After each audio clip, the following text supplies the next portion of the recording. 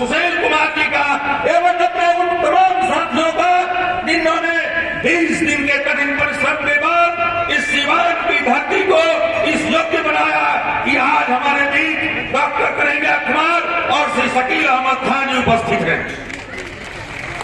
मुझे भाषण देने के लिए नहीं, स्वागत करने के लिए बुलाया गया है। इसलिए राष्ट्रकवि रामधारी सिंह दिनकर की कुछ पंक्तियां कहकर आपको कहना चाहता हूं कि ठंठों खेलता है जब नर, पर्वते जाते पांव खड़े, मानो जब जोड़ लगाता है पत्थर पानी बन जाता है। आज इस देश के सामने, इस कठिन चुनौतियों के सामने राष्ट्रकवि रामधारी सिंह दिनकर की इन पंक्तियों को याद कर इस देश की एकता, अखंडता, गंगा जमुनी तहजीब को बचाने के लिए आगे बढ़े। सिवान की ये धरती बहुत ही उर्वरा भूमि है। आप भारत को संदेश दीजिए और इस भूमिकारी सरकार को चेताइए कि तुम्हारी ये भारत तोड़ने की राजनीति, हिंदू मुस्लिम एकता को तोड़ने की राजनीति का हम एकता के साथ जवाब देंगे। जय हिंद, जय भारत, जय सिवान की जनता। अध्यक्ष जी ने आज 5 बॉल में 100 रन बना दिया। सबसे पहले जोरदार ताली बजाइए, क्योंकि जो हमारा आग्रह है उस आग्रह को अध्यक्ष जी ने इतना स्पष्ट रूप से मान लिया कि बाकी जो वक्ता है उनके लिए बहुत स्पष्ट संदेश हो गया है।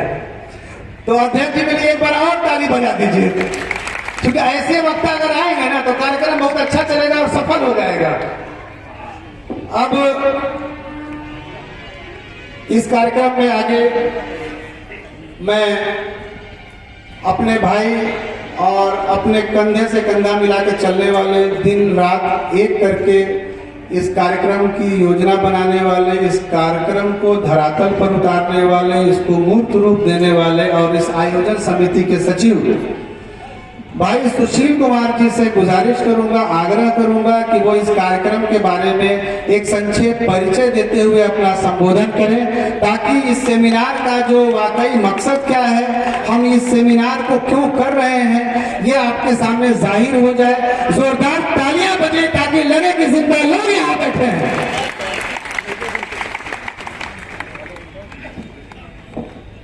इस सभा के सम्मानित अध्यक्ष जी, इस मौके पर मौजूद जेएनयू छात्र संघ के पूर्व अध्यक्ष, दो पूर्व अध्यक्ष कन्हैया कुमार जी और विधायक डॉक्टर शकील अहमद खान जी, इस मौके पर मौजूद कांग्रेस के पूर्व जिला अध्यक्ष सुधारी दुबे जी, माइनॉरिटी सेल के अध्यक्ष फजल हक साहब, संचालक की भूमिका निभा रहे डॉक्टर एहतिसाम अहमद जी,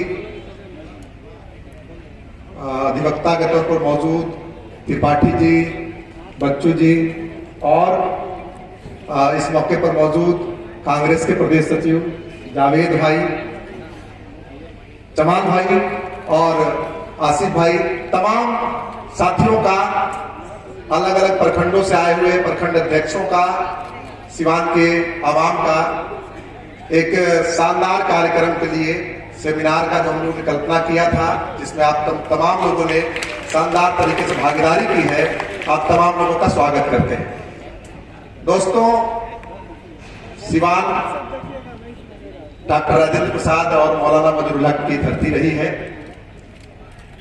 कोई एक नाम छोड़कर कोई दूसरा नाम नहीं लिया जा सकता है। इस तरह के दोनों जोड़ी रही है और सिवान के अंदर में हमारे, जब सिवान के अंदर में या आपके बारे में बताएं कि या किसी जिले के अंदर में कन्हैया जी के कांग्रेस में शामिल होने के बाद किसी जिले के अंदर में पहला कार्यक्रम है और इस फॉर्मेट पर देश के अंदर में जिस तरीके से फिरकाप्रस्त ताकतें काम कर रही है, उस तरीके से तमाम सेकुलर फोर्सेज को लेकर अलग अलग जगहों पर इस तरह के कार्यक्रम अगर बनाए जाए तो निश्चित ही आने वाले दिनों में बिहार के एक सुंदर बिहार हम बना पाने में कामयाब हो पाएंगे।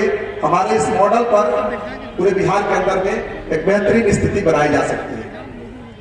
कन्हैया जी और शकील साहब को हम परिचय कराएं। यहाँ सिवान के अंदर में अभी सबसे बड़ी समस्या है, दहा नदी पर एक पुल था, वो पुल क्षतिग्रस्त हो गया है हालांकि एक पुल अंग्रेजों के जमाने का बना हुआ था, उस पुल की जगह पर एक वैकल्पिक पुल बनाया गया और उस पुल को तोड़ दिया गया। और उस कारण से अगर मान लीजिए कि 100 मीटर की दूरी तय करनी पड़ती है तो लगभग 8-9 किलोमीटर, 10 किलोमीटर, 12 किलोमीटर तक की दूरी तय करनी पड़ती है। यह एक बहुत बड़ा सवाल अभी बना हुआ है जिस पर किसी जनप्रतिनिधि की तरफ से कोई उस तरह का सवाल, कोई समस्या पर नहीं बन पा रहा है, उस तरह का उठाया नहीं जा पा रहा है।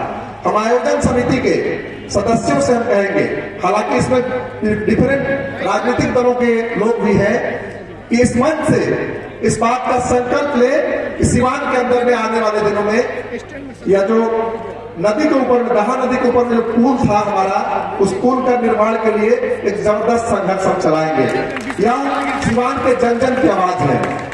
साथियों, बहुत कोई लंबी तकरीर करने की जरूरत नहीं है, क्योंकि डॉक्टर साहब पीछे खड़े हैं। बस 2-3 बातें अपनी तरफ से कि देश के अंदर में जो माहौल है, जिस तरह का माहौल बनाया जा रहा है, और इस माहौल में यह कहा जा रहा है, जो लोग कभी कहा करते थे कि तिरंगे के अंदर में 3 रंग शुभ नहीं होता है, जो देश के संविधान के ऊपर में लगातार अटैक करते रहे हैं, वह अब कहना शुरू कर दिए हैं कि देश के अंदर में आजादी तो लीज पर मिली हुई है।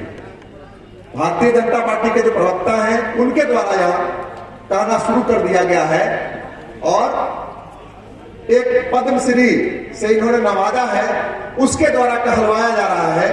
तो निश्चित तौर पर तब आजादी के लिए जो आंदोलन चलाए गए और उस आंदोलन के दरमियान भगत सिंह, सुखदेव, राजगुरु, अशफाकुल्ला खान, राम प्रसाद बिस्मिल, जिनके नाम पर हम लोगों ने कार्यक्रम को समर्पित भी किया है, मौलाना मजरुल हक, डॉक्टर राजेंद्र प्रसाद, महात्मा गांधी, मौलाना अबुल कलाम आजाद, इन तमाम लोगों की कुर्बानी क्या बेकार गई? क्या इसका कोई मायने मतलब नहीं है? हालांकि हम इस बात को कहना चाहते हैं कि यह कितना बड़ा कंट्राडिक्शन है कि 75 साल आजादी के पूरे हो रहे हैं और सरकारी आयोजन पर एक अमृत महोत्सव मनाया जा रहा है, वहीं दूसरी तरफ कुछ लोग आजादी को खारिज कर रहे हैं। इनसे सावधान रहने की जरूरत है और निश्चित तौर पर आने वाले दिनों में सीवान की जनता, पूरे देश की जनता एक मुंहतोड़ जवाब देगी। इन फिरकाप्रस्त ताकतों को सत्ता से बाहर उठाकर फेंकेगी। इन्हीं बातों के साथ अब अपनी बात समाप्त करेंगे और भारत की आजादी का संघर्ष और मौजूदा चुनौतियां विषय पर हमारा सेमिनार है। इस सेमिनार में हम सब शिरकत कर रहे हैं। हमारे वक्ता साथी निश्चित तौर पर इस बातचीत को केंद्रित करते हुए अपनी बातचीत रखेंगे। हम धन्यवाद करते हैं। शुक्रिया, बहुत बहुत धन्यवाद सुशील भाई। और वाकई आप तमाम लोग विभिन्न प्रखंडों से, हम लोगों ने छोटी छोटी बैठकें की, छोटी छोटी नुक्कड़ सभाएं की, आप लोग आए। वाकई आपका जुनून है, ये आपका कहीं ना कहीं जुनून जो है ये तहरीक और आंदोलन में बदलना होगा, ताकि जो मौजूदा सरकार की जो भी फांसीवादी नीति है उसके खिलाफ मुत्तहद हो सके। और इसी तब सब चीजों के लिए हमारे बीच और क्रांति के प्रति शकील साहब और कन्हैया कुमार जी आप लोगों के बीच हैं। अगर आप लोगों का साथ ऐसा ही मिला तो यकीन मानिए हम लोग एक ना एक दिन ये जो भी फांसीवादी है इनको इसका रास्ता जरूर दिखा देंगे, इनको अपने घर पहुंचा देंगे। मैं आपके लिए एक शेर कहता हूं, फिर ताली बजाइएगा कि तेरे जनू का नतीजा जरूर निकलेगा, तेरे जुनू का नतीजा जरूर निकलेगा, इसी स्याह समुंदर से नूर निकलेगा। मैं अब इस सभा के अध्यक्ष मंडल की तरफ बढ़ना चाहता हूं। आज इस सभा की अध्यक्षता जो है अध्यक्ष मंडल कर रहा है और उस अध्यक्ष मंडल में हमारे 2 सदस्य हैं। एक हमारे वरीय कांग्रेस नेता पूर्व जिला अध्यक्ष श्री शिवधारी दुबे जी और दूसरे सिवान जिला कांग्रेस माइनॉरिटी डिपार्टमेंट के चेयरमैन एसएम फजल हक साहब हैं। तो सबसे पहले मैं शिवधारी दुबे जी से गुजारिश करूंगा कि वो आए और आपको संबोधित करें। तालियों के साथ आप इनका इस्तकबाल कीजिए। जोरदार तालियां शिवधारी दुबे जी के लिए। वाकई इनके घुटने में बहुत तकलीफ थी, बावजूद उसके जब हम लोगों ने तिरंगा यात्रा निकाला, जब हम लोगों ने पद यात्रा निकाली, तो हम लोगों के साथ ये जितना चल सकते थे 2-3 किलोमीटर चले हैं। जोरदार ताली के साथ आप इनका स्वागत कीजिए।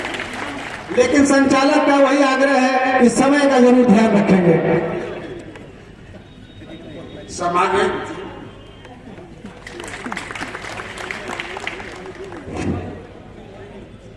सम्मानित आयोजन समिति के सम्मानित सदस्य और उसके पदाधिकारीगण, हमारे सुदूर से आए हुए कदना के विधायक और ऑल इंडिया कांग्रेस कमेटी के सेक्रेटरी और विधायक डॉक्टर शकील अहमद खान साहब, और इस देश के और विदेश के और देश के विरोधियों, दुष्टों का ठीक ढंग से उनका दुरुस्त करने वाला आदमी डॉक्टर कन्हैया कुमार जी, और इस पंडाल में जिला से विभिन्न प्रखंडों से आए हुए, गांव से आए हुए हमारे सम्मानित बुजुर्गों, नौजवानों, महिलाओं और बच्चियों, मैं इस धरती पर, इस धरती का गजब कहानी है। इस धरती पर डॉक्टर राजेंद्र प्रसाद खुदा बख्श खां, डॉक्टर महमूद साहब, भरत किशोर बाबू, खुदा बख्श खां उखलते हुए, मौलाना मजहर के यहाँ फरीद कुरते हुए, राजेंद्र प्रसाद जी जीरा दिलते हुए, भरत किशोर बाबू श्रीनगर के हुए, मैं इस स्थान पर आप सभी का स्वागत करता हूं, अभिनंदन करता हूं कि कन्हैया जी इस धरती से जाएं और संबित पात्रा जैसा कुपात्र प्रवक्ता को और मोदी को उठा फेंकने का कार्यक्रम जो हम लोग आज डॉक्टर के सामने कराया है, ये लड़का जो कराया है, इसको मैं अपने तरफ से, अपने आयु से इस आदमी को आशीर्वाद देता हूं कि आज डॉक्टर खान साहब हैं, कन्हैया कुमार जी हैं, आप पूरे बिहार और पूरे देश के नेता हैं। आप लोग इस अभियान को पूरे देश में चालू कराने का कष्ट करें। मैं इसी के साथ स्वागत करता हूं, आग्रह करता हूं कि आप सभी लोग इसमें प्रण करते जाएं कि इन भाइयों को, आरएसएस वालों को उखाड़ फेंकने का प्रण करें। जय हिंद। बहुत बढ़िया बात आपने कही, और कहीं ना कहीं आपके अनुभव और तजुर्बे का हमें इस पूरे आयोजन में बहुत लाभ मिला। तो वही बात है कि वसीम बरेलवी जब कहते हैं कि घर सजाने का तस्वुर तो बहुत बात का है, घर सजाने का तस्वुर तो बहुत बात का है, पहले ये तय हो कि इस घर को बचाएं कैसे। तो वाकई हम लोग इस घर को बचाने के लिए बैठे हैं, आपसे बातचीत करने के लिए बैठे हैं, इस सेमिनार में एक सब्जेक्ट पर गुफ्तगू करने के लिए, ताकि हम और आप जब मिल करके बात करते हैं, जब हम और आप मिल करके जब बात करते हैं, गुफ्तगू करते हैं मुल्क के किसी मसाइल पर, तो वहीं से कोई ना कोई रास्ता निकलता है। जब हर तरफ नाउमीदी है, हर तरफ निराशा है कि अब कुछ नहीं हो सकता है, वहीं से उम्मीद की किरण निकलती है। मैं अपने अध्यक्ष मंडल के दूसरे सदस्य और जिला कांग्रेस कमेटी के चेयरमैन, जिला कांग्रेस कमेटी माइनॉरिटी डिपार्टमेंट के चेयरमैन और सीनियर कांग्रेस लीडर एसएम फजल हक साहब को आवाज देता हूं कि वो माइक पर आए। फिर वही गुजारिश की मुख्तसर जो भी आपके पास वक्त है, अपना वक्त मेहमानों को दें, लेकिन आपकी तालियां जोरदार हो, इनका भी बहुत कंट्रीब्यूशन रहा है इस कार्यक्रम में। जोरदार तालियों के साथ आप इस्तेमाल कीजिए।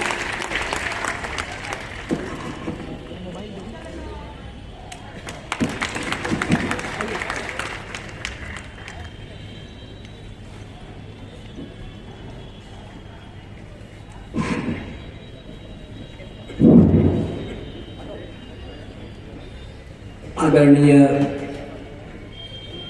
इस कार्यक्रम को के संयोजक अध्यक्ष, हमारे जिला कांग्रेस कमेटी के अध्यक्ष डॉक्टर विधुशेखर पांडे जी, हम सबके बड़े भाई और गार्जियन जनाब शिव बिहारी दुबे जी, और अखिल भारतीय कांग्रेस कमेटी के सचिव कदवा के विधायक, तेज तर्रार और जुझारू नेता जनाब डॉक्टर शकील अहमद खान साहब, और आज के कार्यक्रम के हमारे दूल्हा, हमारे क्रांतिकारी लीडर जिनके लिए ये आयोजन किया गया, जो इस देश में बढ़ती हुई नफरत की दीवार को तोड़ने के लिए डॉक्टर कन्हैया कुमार जी, मंच पर बैठे हुए हमारे कमलेश भाई, जमाल अहमद साहब,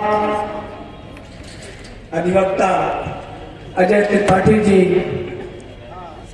और बहुत सुशील कुमार जी, और दूर दराज से हर प्रखंडों से आए हुए मेरे नौजवान और हमसफर दोस्तों, माताओं और बहनों, आज बड़ी ही खुशी की बात है कि जब देश को जलाने की कोशिश की जा रही है, देश में नफरत फैलाने की कोशिश की जा रही है, देश को तोड़ने की कोशिश किया जा रही है, देश के संविधान को मिटाने की कोशिश की जा रही है, देश में महंगाई चरम सीमा पर बढ़ती चली जा रही है, देश की एकता और अखंडता के लिए खतरा पैदा हो गया है, तो भगवान ने, अल्लाह ने हमारे बीच कन्हैया कुमार की शक्ल में एक नौजवान दे दिया है, जो उनके प्रवक्ता जो बैठकर टीवी चैनलों पर आप लोग देखते होंगे, तरह तरह के नफरत फैलाने के काम करते हैं, जिनमें दो, एक सुधांशु त्रिपाठी है और एक संबित पात्रा है, उसको उसके मुंह पर सन्नाटेदार थप्पड़ रसीद करने का काम करते हैं डॉक्टर कन्हैया कुमार। कन्हैया कुमार उनकी हर बात का सटीक जवाब और अप्रोप्रिएट जवाब देते हैं। कहीं न कहीं आप लोगों के दिलों में भी ये बात उठती होगी कि वो जो बोल रहा है उसको कौन जवाब देगा, तो जवाब देने वाला आपके बीच में है।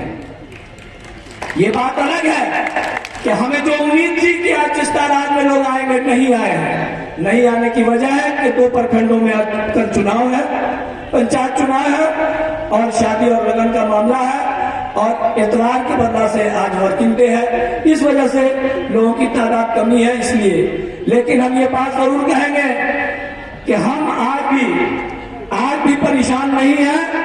आज भी हम लोगों के बीच में ऐसे ऐसे लोग हैं मौजूद जो आप उनकी बातों का जवाब दे सकते हैं।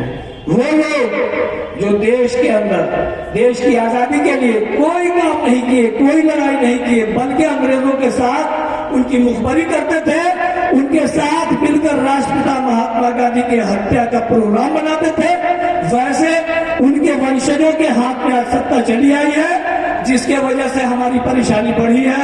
वो देश को तोड़ना चाहते हैं, देश की सारी संपत्ति बेच देना चाहते हैं, देश को लूट खाना चाहते हैं। मुझे इस बात का लिहाज है कि मैं ज्यादा बात नहीं दूंगा और अपना जो भी बोलने का दिल रोजगार है उसको नहीं व्यक्त करूंगा, और अपना समय डॉक्टर शकील अहमद खान और डॉक्टर कन्हैया कुमार को ही देना चाहता हूँ। इन्हीं शब्दों के साथ कि न समझोगे तो मिट जाओगे हिंदुस्तान वालों, न समझोगे तो मिट जाओगे हिंदुस्तान वालों, तुम्हारी दास्तान तक न होगी दास्तानों में। जय हिंद, जय भारत। मैं इससे पहले कि आगे के वक्ता के पास जाऊं, मैं तमाम आप लोगों का इसलिए भी शुक्रिया अदा करता हूं कि ये प्रोग्राम 12 तारीख के लिए प्रचारित किया जा रहा था, और आखिरी टाइम में हम लोगों ने इस 12 तारीख को 11 तारीख किया है। आमतौर पर जब भी प्रोग्राम की तारीख इस तरह से बदल दी जाती है तो प्रोग्राम के आयोजक आमतौर पर हाथ खड़े होकर के भाग जाते हैं, लेकिन हम लोगों ने उस चैलेंज को स्वीकार किया, और हम आप लोगों को मुबारकबाद देते हैं कि आप लोगों ने इस कार्यक्रम को कामयाब किया। जोरदार तालियां आप अपनी मौजूदगी के लिए बजाइए। मैं अब रंजीत जी, जो कि कन्हैया जी के साथी हैं, और अभी पिछले दिनों आपने राहुल गांधी जी के साथ उनकी तस्वीरें देखी होंगी, हमारे युवा क्रांतिकारी साथी हैं, और कहीं ना कहीं हमें ऐसे नौजवानों को इस मुल्क की जरूरत है।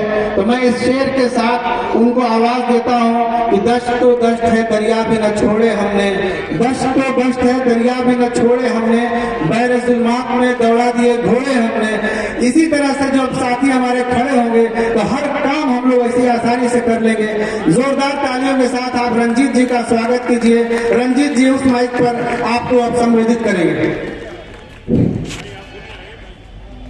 इस सेमिनार की अध्यक्षता कर रहे साथी अध्यक्ष जी, इस मंच पर मौजूद कदवा के विधायक वरिष्ठ कांग्रेस नेता साथी शकील अहमद खाजी, हमारे देश के युवा नेता साथी कन्हैया जी, और आपके सिवान और बिहार राज्य के स्टूडेंट मूवमेंट से निकल के आने वाले हमारे साथी सुशील जी, और इस सिवान के इस सेमिनार स्थल पे मौजूद आप तमाम लोगों को मैं अपनी ओर से, अपने टीम की ओर से, अपनी पार्टी की ओर से क्रांतिकारी सलाम करता हूं। साथियों, निश्चित तौर पे जो यह सेमिनार का विषय रखा गया है, अभी के जो हालात है ये काफी प्रासंगिक है। इसके हिसाब से अभी आपने देखा कि किस तरीके से यह जो मौजूदा सरकार है, यह भारत की आजादी के बाद से अभी तक पहली बार हुआ है कि प्रधानमंत्री की बातों को जुमला कहा जा रहा है। यह भारत के आजादी से अभी तक पहली बार हुई है। पहली बार हुई है कि इस देश के अंदर सुप्रीम कोर्ट के जज वह आते हैं और प्रेस कॉन्फ्रेंस करते हैं। इस देश के अंदर पहली बार हुआ है जब नोटबंदी के कारण जब अर्थव्यवस्था खस्ते हाल में जाता है तो मीडिया को अपने हाथों में लेकर के और यहाँ भावनात्मक मुद्दों को परोसा जाता है। यह देश के अंदर पहली बार हुआ है। लेकिन यह इस देश के अंदर ऐसे भी बहुत सारे लोग हुए हैं आजादी आंदोलन से लेकर अभी तक, जिन्होंने शहादत दिया है, कुर्बानियां दिया है और देश के लिए लड़ने का काम किया है। और फक्र है यह वही हिंदुस्तान है जिसमें हिंदू, मुस्लिम, सिख, ईसाई का नारा देने वाले कांग्रेस पार्टी ने देश के लिए कुर्बानी देते हुए आगे बढ़ी है। और अभी जो वक्त है वह वक्त इसी ओर इशारा करता है कि हमारे मनुष्यों ने जिस तरीके से संघर्ष किया है उस संघर्ष को हम आगे बढ़ाने का काम करें। साथियों, हम खासकर कहना चाहते हैं कि अभी जो मौजूदा चुनौती है हमारे सामने, वो आप देख रहे हैं कि किस तरीके से देश के अंदर नई नई पॉलिसी लाई गई है, कैसे इस देश के अंदर नीति में संशोधन किया गया है। और कब किया गया है? लॉकडाउन, जब कोरोना था उस लॉकडाउन की आड़ में श्रम कानून में संशोधन किया गया। आप अगर श्रमिक हैं, काम करते हैं तो आपकी पेंशन में कटौती की जाएगी। आप अगर स्टूडेंट हैं, अगर पढ़ लिए तो नौकरी नहीं मिलेगी क्योंकि सरकारी कंपनियां बेची जा रही है। और अगर नौकरी मिल भी गई तो वहां पे 2 तरह का वेतन होगा। और तीसरी चीजें है साथी कि न्यू एजुकेशन पॉलिसी सरकार ने लाई जो अंधविश्वास की तरफ देश को धकेलना चाह रही है, गैर वैज्ञानिकता की तरफ धकेलना चाह रही है। लेकिन दूसरी तरफ इस देश के अंदर ऐसी भी पार्टियां रही है जो सार्वजनिक सेक्टर को, जो प्राइवेट सेक्टर था उसको सार्वजनिकरण करने का काम किया, बैंकों का राष्ट्रीयकरण किया, रेलवे को बढ़ावा देने का काम किया। और यह एक सरकार है जिसको पीछे कर रही है। निश्चित तौर पर साथियों, हम आपको बताना चाहते हैं कि हम आप लोगों के बीच सुशील जी सिवान की धरती से आते हैं, इनके साथ हमने काम किया है और काफी गौरवान्वित महसूस करते हैं कि इस राज्य के अंदर कई बड़े आंदोलन को इन्होंने सफलतापूर्वक करने का काम किया है। आज दानापुर के अंदर एक सड़क है जिसको सेना के द्वारा रोक दिया गया। उस मूवमेंट को लीड करने वाले साथी सुशील जी है जो सिवान के रहने वाले हैं और दानापुर में आंदोलन करते हैं। यह गर्व की बात है सिवान के लोगों के लिए। निश्चित तौर पे जो इन्होंने इशारा किया है, जो आपके यहाँ पुल टूट गया है, इनका संघर्ष है, उस संघर्ष के हिसाब से मुझे लगता है कि इस आंदोलन को भी सफलता पूर्वक जीत दिलाने का काम करेंगे, आपके लिए काम करने का काम करेंगे। और इसमें हमारी ओर से और हमारे टीम की ओर से जो भी सहभागिता होगी हम लोग करने का काम करेंगे। निश्चित तौर पर सुशील जी और सुशील जी जैसे लोगों को सिवान के अंदर और आगे बढ़ाने की जरूरत है। और यह कार्रवाई बढ़ेगा तो न केवल सिवान के अंदर, राज्य के अंदर भी परिवर्तन आएगा और देश के अंदर भी ऐसी बात चुनकर आएंगे और देश को बदलने का काम करेंगे। जो यह फांसीवादी ताकत देश को तोड़ना चाह रही है, जिस तरीके से लोकतांत्रिक अधिकारों पे हमला कर रही है, संविधानों पे हमला हो रहा है, आपके हक अधिकारों पे हमला हो रहा है, उसको तोड़ने का काम हम युवा, छात्र और आप सब लोगों के सहयोग से करने का काम करेंगे। इन्हीं बातों के साथ अपनी बातों को समाप्त करते हैं। इनकलाब जिंदाबाद।